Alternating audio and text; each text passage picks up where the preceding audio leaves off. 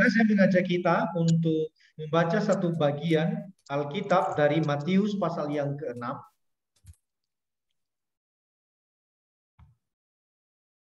Matius pasal yang ke-6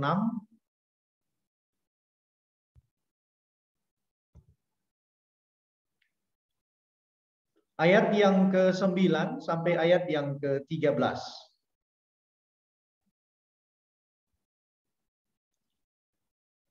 Matius pasal yang ke-6 ayat yang ke-9 sampai ayat yang ke-13. Saya akan membacakan kepada setiap kita. Karena itu berdoalah demikian: Bapa kami yang di sorga, dikuduskanlah namamu. Datanglah kerajaanmu, jadilah kehendakmu di bumi seperti di sorga. Berikanlah kami pada hari ini makanan kami yang secukupnya. Dan ampunilah kami akan kesalahan kami, seperti kami juga mengampuni orang yang bersalah kepada kami. Dan janganlah membawa kami ke dalam pencobaan, tetapi lepaskanlah kami daripada yang jahat. Karena Engkaulah yang punya kerajaan dan kuasa dan kemuliaan sampai selama-lamanya. Amin. Nah, saudara, pada malam hari ini kita sampai pada bagian berikutnya yang diberi tema oleh Timothy Keller, doa segala doa. Nah, saudara, ketika kemudian saya membaca bagian ini, maka tampaknya ini bukan hasil murni dari pemikiran daripada Timothy Keller, tetapi bagian ini adalah sebuah upaya Keller untuk meringkaskan, ya, sebuah upaya daripada Timothy Keller untuk meringkaskan pikiran atau tafsiran atau pandangan, ya, dari tiga tokoh yang pernah kita bahas 2 minggu yang lalu, yaitu Agustinus, Luther, dan John Calvin.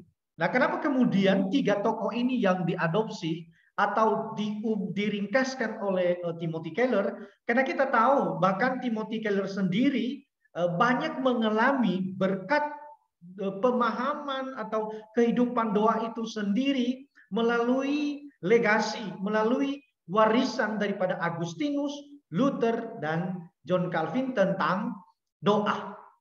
Ya, kita tahu di 2 minggu sebelumnya itu bahwa Martin Luther itu mendevosikan waktunya 3 jam di jam kerja, dia berdoa 3 jam, dia menyerahkan waktu itu untuk terus-menerus di dalam Tuhan. Jadi ini merupakan sebuah ringkasan, ya. Jadi nanti pun saudara-saudara kalau membaca buku itu kadang-kadang tumpang tindih tuh antara pemikiran Agustinus, nanti ada John Calvin, ada Martin Luther. Jadi ketika kemudian dia membahas doa segala doa adalah sebuah ringkasan, sebuah upaya untuk meringkaskan kepada kita.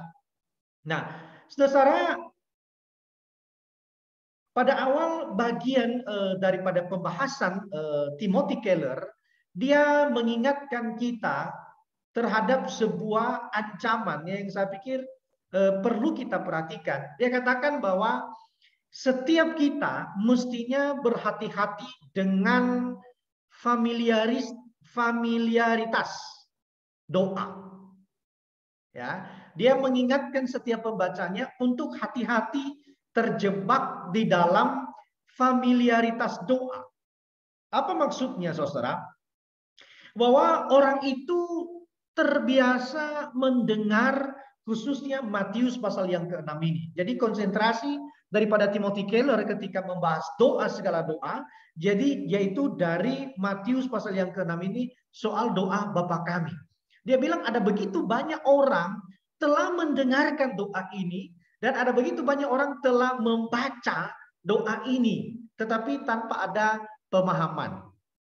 Ya, bahkan ada sebetulnya umat-umat Kristen tertentu, saudara, mesti ada ini doa Bapa kami ini mesti ada di dalam setiap ibadah. Kalau tidak ada, maka rasa-rasanya ada sesuatu yang hilang di dalam sebuah liturgi ibadah. Tetapi apakah kemudian kita bisa memastikan orang-orang Kristen itu, saudara, mengerti, memahami apa maksud daripada doa ini? Ya kita tidak tahu. Nah itu yang dimaksudkan oleh Timothy Keller dalam bagian ini. Hati-hati dengan familiaritas doa. Tanpa kita mengerti, tanpa kita memahami apa yang sedang kita baca. Nah saudara-saudara, di dalam bagian ini, di dalam poin yang dimaksudkan oleh Timothy Keller, maka doa Bapa kami ini dibagi dalam dua bagian, saudara. Ya. Yang pertama, di dalam ayat yang ke-9 sampai ayat yang ke-10, Timothy Keller itu berpikir bahwa ini bicara tentang Allah. Doa ini bersifat teosentris, bersifat meninggikan Allah, mengagungkan Allah, dan ketakjuban kepada Allah. Matius pasal yang ke-6 ayat 9 sampai 10. Lalu berikutnya saudara, ayat yang ke-11 sampai ayat yang ke-13a itu adalah kebutuhan kita dalam dunia. Jadi dua poin yang ingin disampaikan di dalam doa Bapa kami. Yang pertama yaitu tentang keberpusatan kepada Allah, dan yang kedua adalah kebutuhan kita. Ya, jadi menurut Timothy Keller ini tidak bisa dibalik. Ya, dalam doa bahkan tidak bisa dibalik. Kita tidak bisa memulai dengan kebutuhan kita, baru kita bicara tentang keagungan, kemuliaan daripada Allah. Tidak, mestinya lebih awal tentang Allah. Ya, teosentrisnya itu, keberpusatan kepada Allah. Nah, saudara, mari kita melihat. Jadi keberpusatan kepada Allah itu menurut Timothy Keller, ya, dan dia mengutip tiga tokoh ini. Yang pertama katanya bahwa ada istilah Bapa kami yang di sorga. Ini menempatkan tentang Allah, ya, menempatkan Allah, bahkan memanggilnya sebagai Bapa, yang menunjukkan ada relasi antara umat dan kemudian Allah. Tapi pusatnya itu adalah Allah. Yang kemudian saudara, yaitu dikuduskanlah namamu. Apa maksudnya dikuduskanlah namamu? Jadi dia mencoba menjelaskan kepada kita bahwa bukan kita yang kemudian untuk menguduskan nama Allah. Ini bukan sebuah perintah yang dirujuk kepada Tuhan bahwa engkau dikuduskan. Tidak. Tetapi memang Allah itu telah berlaku kudus. Allah itu telah berlaku adil, Allah itu telah berlaku suci, dan tidak ada yang dapat mengganggu gugat kekudusan, kesucian daripada Allah. Dia sendiri, dia sajalah yang kudus, dia sajalah yang suci, dan dia sajalah yang dimuliakan. Yang ketiga, saudara, dikatakan datanglah kerajaanmu. Nah, apa maksudnya ini? Datanglah kerajaanmu. Saudara, ini dimaksudkan bahwa tidak ada sebetulnya di dalam diri manusia, bahkan di dalam diri seorang pendoa, tidak ada yang diinginkan selain daripada kerajaan Allah. Ini menariknya, saudara. Ketika kemudian kita berdoa, datanglah kerajaanmu, saudara, bagi Timothy Keller, kalau itu hanya lip service, maka sayang sekali. Karena itu akan melawan teosentris, melawan keberpusatan kepada Allah. Nah, dia mencoba memberikan sebuah refleksi kepada kita, ya. Dia bilang, bagaimana? Adakah kerajaan Allah itu betul-betul menjadi bagian yang kita rindukan, satu-satunya yang kita rindukan di dalam hidup ini?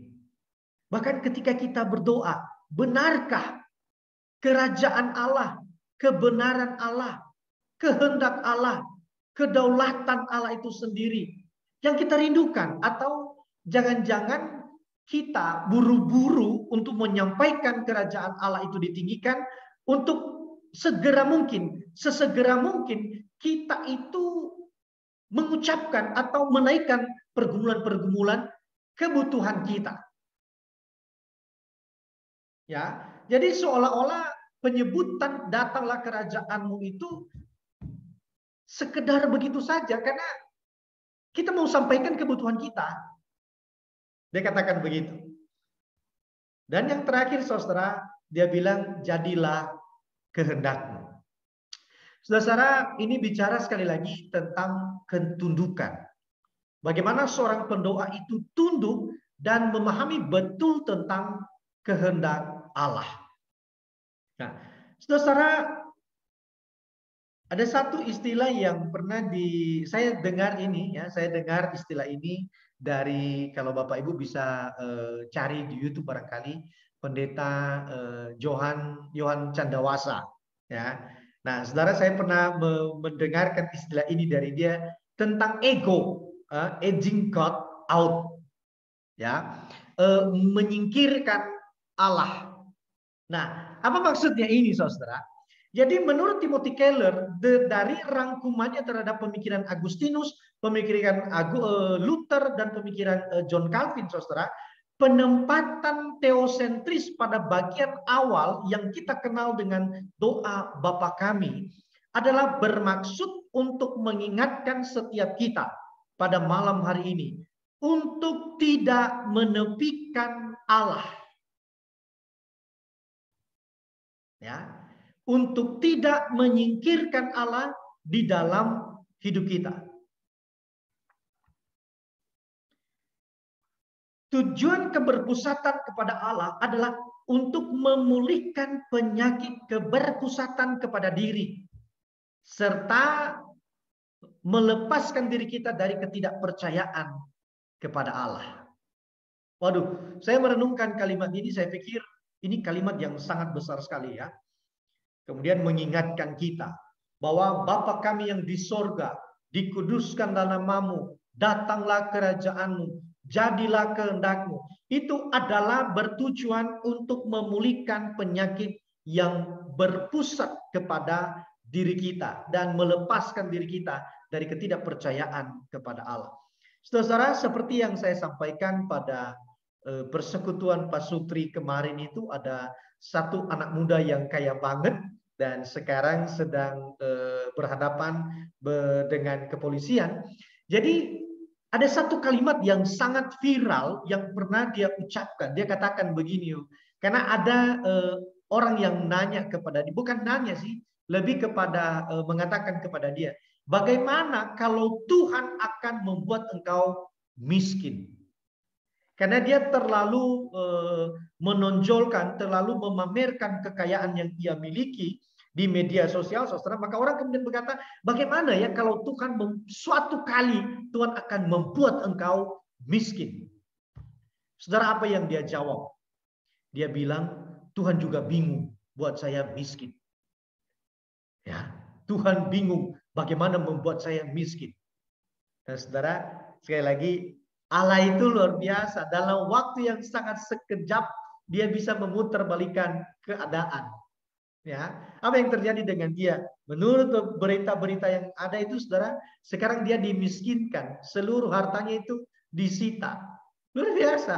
Jadi Tuhan tidak bingung membuat orang itu miskin. Juga Tuhan tidak bingung untuk membuat orang itu kaya. Jangan sampai, saudara, kita itu ego, menepikan Allah, edging God out, menyingkirkan Allah dalam hidup kita.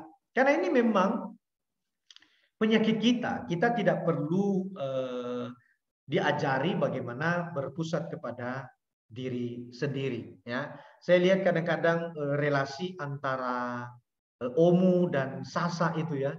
Jadi kami tidak pernah mengajar Sasa misalnya kalau konflik dengan abangnya itu harus merengeknya bagaimana, dia harus menangis bagaimana. Tapi saudara, dalam perdebatan mereka atau konflik mereka ketika main itu, maka Sasa itu selalu bertujuan menarik perhatian sehingga dia selalu dibela. Dia maksudnya begitu. Dia selalu bertindak untuk dibela, untuk berpusat kepada dirinya. Perhatian, gendongan atau uluran tangan kita itu berpusat kepada dirinya, bukan kepada abangnya. Setiap kita, saudara, tidak pernah diajar untuk memikirkan diri sendiri. Itu memang sudah natur daripada dosa kita. Tetapi melalui doa, yang melalui poin atau firman Tuhan yang kita baca pada malam hari ini, sekali lagi kita diingatkan bahwa kita harus pulih dari keberpusatan kepada diri sendiri dan kembali kepada Allah. Nah, saudara-saudara yang dikasihi oleh Tuhan, lalu kemudian dia memunculkan sebuah kalimat yang luar biasa sekali, yang memberkati saya secara pribadi, juga katakan begini. Ketika hati dibingkai, direnovasi oleh kebesaran Allah, maka hal itu memungkinkan kita memperhatikan kebutuhan kita dalam dunia. Maksudnya begini, saudara. Ketika kemudian kita itu meninggikan Allah, ketika kita mengagungkan Allah, ketika kita dikuasai, hati kita itu telah diubahkan hanya berpusat kepada Allah, baru kemudian kita itu dimungkinkan untuk memperhatikan kebutuhan-kebutuhan kita. Jadi artinya apa? Jangan sampai ini terbalik. Sekali lagi saudara ya, ini jangan salah dipahami kalimat ini. Dengan hati kita itu dipulihkan, berpusat kepada Allah, maka barulah kita itu dimungkinkan untuk memperhatikan kebutuhan-kebutuhan kita. Karena tujuan tadi harus fokus kepada Allah, harus berpusat kepada Allah. Selama hati tidak berpusat kepada Allah, maka dengan kata lain sebetulnya jangan coba untuk memikirkan kebutuhan. Saudara-saudara yang dikasihi oleh Tuhan. Menurut Timothy Keller, dan dia mengutip Agustinus, dalam bagian ini, dia katakan begini. Dasar daripada permintaan kita atas kebutuhan kita, dasar daripada kita memohon pemeliharaan daripada Allah adalah pemujaan dan ucapan syukur di dalam ayat yang ke-9 dan ayat yang ke-10. Dasarnya itu. Bagi dia tidak boleh ada dasar yang lain. Hanya keberpusatan kepada Allah. Hanya karena relasi kita berkata, Bapa kami yang di sorga. Pemujaan dan ucapan syukur kepada Allah. Maka kemudian barulah kita bisa berkata, berikanlah kami, ampunilah kami, dan lepaskanlah kami. Nah, saudara-saudara, mari kita perhatikan beberapa bagian dalam poin ini. Saudara, berikanlah kami, menurut John Calvin, dia katakan begini, bahwa ketika kita berdoa untuk kemudian Tuhan itu memelihara hidup kita, Tuhan itu akan menolong kita, bahkan mencukupkan seluruh kebutuhan kita, maka menurut John Calvin, permintaan kita itu, saudara, hanya meminta apa yang berguna bagi kemuliaan Allah. Permintaan kita ketika berikanlah kami pada hari ini makanan kami yang secukupnya, saudara, itu hanya diminta apa yang berguna bagi kemuliaan Allah. Saudara, mereka Agustinus ya mengutip Amsal pasal yang ke-30, yaitu yang berkata, jangan berikan aku kemiskinan atau kelaparan ya, supaya aku tidak mencuri dan membuat malu nama Allah. Jangan juga buat aku kenyang, supaya aku tidak meninggikan diri dan menghina Allah. Jadi berikanlah kami itu secukupnya. Berikanlah kami itu sesuai dengan kemuliaan Allah. Kalau memang itu berguna bagi kemuliaan Allah, minta. Nah, mungkin sepaham dengan kalimat Rasul Paulus ya di dalam kepada Timotius itu, ketika dia berkata kepada Timotius,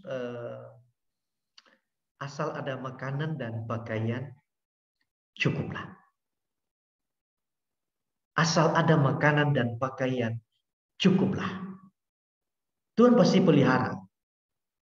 Seperti di dalam Matius pasal yang ke-6, ayat yang ke-34, bahwa kesusahan sehari cukup sehari. Kesusahan sehari cukup sehari. Artinya juga sama dengan itu juga. Bahwa kebutuhan kita ya cukup sehari. Sesuai dengan yang berguna bagi kemuliaan Allah. Ya, saudara, semoga ini menjadi berkat ya bagi setiap kita, menjadi ingat-ingatan bagi setiap kita. Artinya jangan minta lebih. Kalau itu tidak berguna bagi kemuliaan Allah, jangan minta. Ya, dan Tuhan tahu yang terpenting dan terbaik bagi kita. Lalu kemudian ampunilah. Ya. Nah, saudara, poin ini juga ingin dikatakan kepada kita bahwa ketika kemudian kita itu meminta kepada Tuhan, ampunilah kami akan kesalahan kami, seperti kami juga mengampuni orang yang bersalah kepada kami.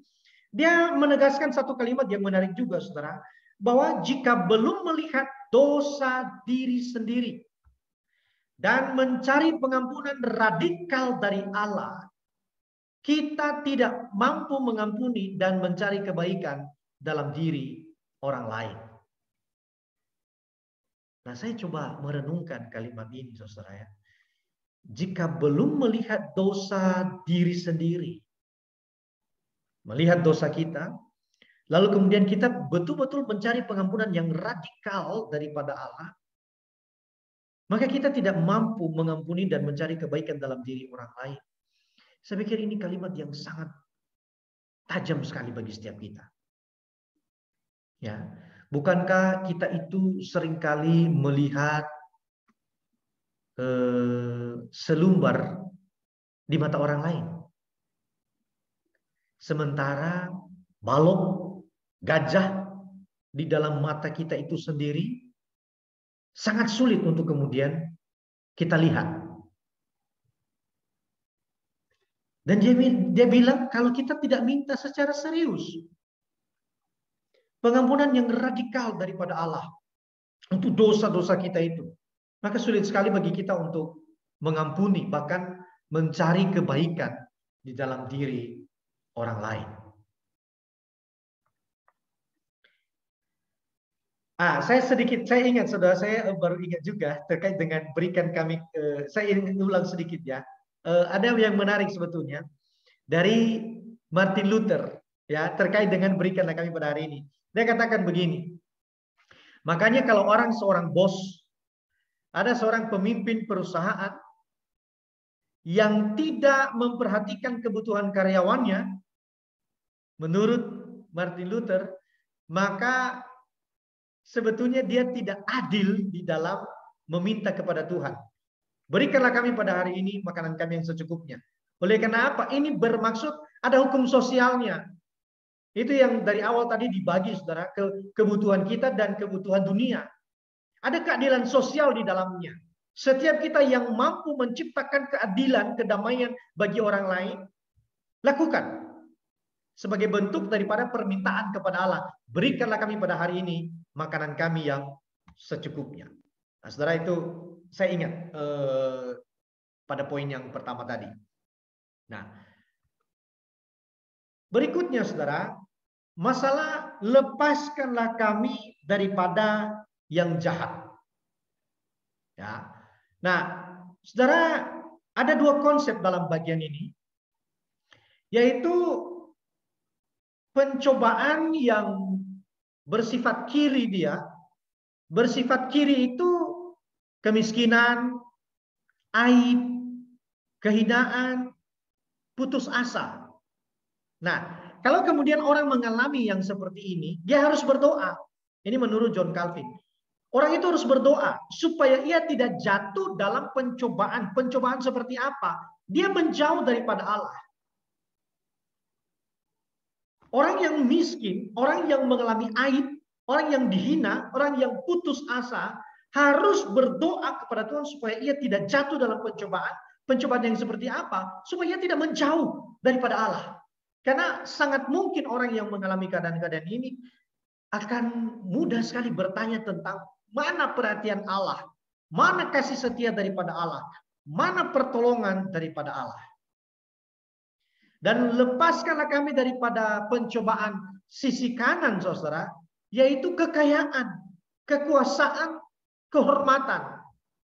Orang ini, saudara, yang punya kekayaan, yang punya kekuasaan, yang punya kehormatan juga harus berdoa kepada Tuhan supaya ia dilepaskan daripada pencobaan. Pencobaan yang seperti apa?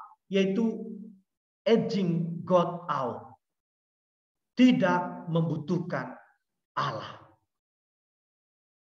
Nah, saudara, saya pikir luar biasa ketika kemudian kita mencoba untuk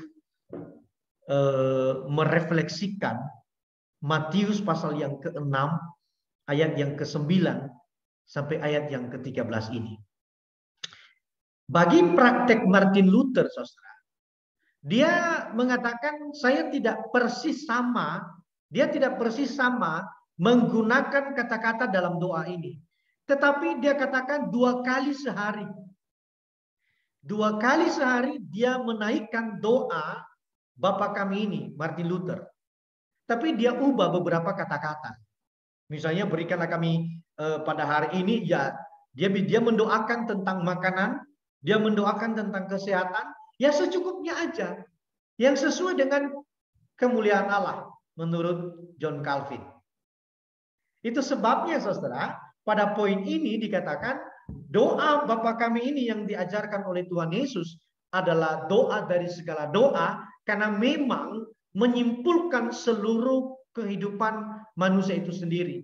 Yang pertama tadi soal keberpusatan kepada Allah, dan juga baru kebutuhan-kebutuhan yang kita jalani.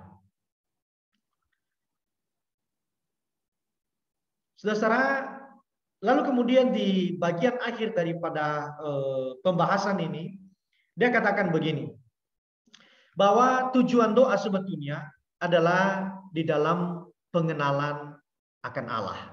Tujuan doa itu adalah pengenalan akan Allah. Kalau kemudian dia dikatakan sebagai pengenalan akan Allah, maka dia menggambarkan, saudara ya. Jadi dia menggunakan sebuah gambaran begini. Kita butuh kawan kedua untuk mengenal kawan ke-1. Jadi misalnya, Pak Tian mau memperkenalkan saya dengan Pak Victor misalnya. Nah, untuk mengenal Pak Victor, saya butuh orang kedua, yaitu Pak Tian. Sehingga pengenalanku terhadap Pak Victor, pengenalan saya terhadap Pak Victor itu semakin komplit. Ya, untuk mengenal faset hidupnya itu. Tanpa Pak Tian memberikan informasi kepada saya tentang Pak Victor, saya tidak bisa mengenal Pak Victor lebih komplit lagi. Karena tujuan kita, dia katakan doa seperti itu. Kita butuh sebetulnya orang lain untuk kemudian bertumbuh di dalam doa. Ini luar biasa sekali, saudara. Jadi kita butuh orang lain untuk bertumbuh di dalam doa. Tidak ada orang yang bertumbuh sendiri di dalam doa. Karena poinnya adalah pengenalan akan Allah.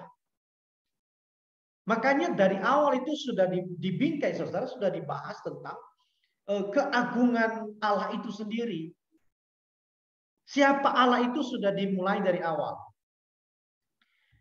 Maka dia katakan begini, saudara, mengenal Tuhan bersifat komunal dan kumulatif. Mesti berdoa bersama-sama.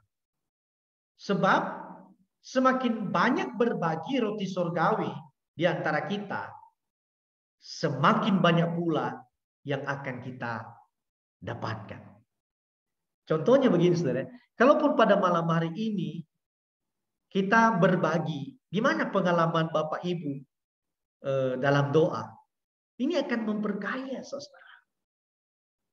Ini akan memperkaya kita. Bagaimana saudara mengalami pergumulan bersama dengan Tuhan? Punya pergumulan, punya masalah, punya air mata. Nah, bagaimana saudara melewati air mata itu? Saudara bisa sharingkan kepada kita pada malam hari ini. Itu akan semakin memperbanyak, memperkaya pengalaman kita masing-masing. Nah, jadi dan di sana dikatakan, saudara, untuk setiap kita. Ya, baru bisa disampaikan kepada setiap orang, kepada saudara-saudara kita. Jangan menjauhkan diri dari persekutuan yang ada. Ya. Oleh karena pengenalan akan Allah itu sifatnya komunal, saudara, maka jangan menjauhkan diri dari persekutuan yang ada. Iblis seperti singa yang mengaum-ngaum mencari orang yang bisa ia telan. Saudara, singa itu menerkam mangsanya tidak dengan serampangan. Dia macam sniper, saudara. Satu aja yang keluar dari kawanan, dia akan sikat. Coba perhatikan kalau saudara menonton film-film dokumenter tentang binatang itu, misalnya singa, dia tidak akan mengejar yang banyak. Binatang, misalnya rusa yang lari dari kawanan, itu adalah makanan daripada iblis. Saya pikir saudara, iblis juga seperti itu kata Alkitab. Mencari orang yang bisa ia telan. Orang yang sendirian, orang yang menjauhkan diri daripada persekutuan, hati-hati. Nah, ini keluarga kita masing-masing. Ingatkan, hati-hati. Kalau ada anggota keluarga kita yang sudah mulai menjauh daripada persekutuan, hati-hati. Jangan sampai ia ditelan oleh iblis tanpa sadar. Nah, saudara, karena poinnya adalah doa itu adalah sekali lagi pengenalan kita akan Tuhan, dan pengenalan akan Tuhan tidak pernah terjadi secara sendirian. Itu sifatnya komunal dan kumulatif bersama-sama dengan tubuh Kristus lainnya. Ada orang berkata, dulu filosofinya begitu saudara ya, kalau api banyak, kalau kayu api itu banyak, apinya makin besar, makin panas. Tetapi kalau batang atau kayu itu ditarik dari bongkahan kayu, maka lambat laun yang lain itu terbakar, yang terpisah dari temannya itu akan mati sendirian. Nah, saudara, kiranya pada malam hari ini kebenaran firman Tuhan yang kita dengarkan bersama menjadi berkat bagi setiap kita. Saudara, kita gunakan waktu 10 menit ini untuk bisa sharing ya. 10 menit sebelum jam 9 ini saudara, saya rindu kita sharing bagaimana saudara mengalami Tuhan dalam doa. Ya. Mungkin ada pergumulan tertentu, mungkin ada masalah tertentu dan saudara bawa dalam doa dan Tuhan jawab. Nah, mari sharingkan ini saudara. Seperti yang dikatakan tadi, semakin kita banyak berbagi roti surgawi itu, semakin kita dapat. Ya. Namun sebelumnya kita berdoa untuk firman Tuhan dulu. Tuhan, kami bersyukur untuk malam hari ini kami telah membaca, merenungkan kebenaran-Mu. Kiranya ini terus menguatkan kami, kiranya ini terus menggembalakan kami, dan kami semakin mengenal Engkau. Terpuji dan termulialah Engkau ya Tuhan. Di dalam nama Yesus Kristus kami berdoa. Amin. Nah, silakan saudara.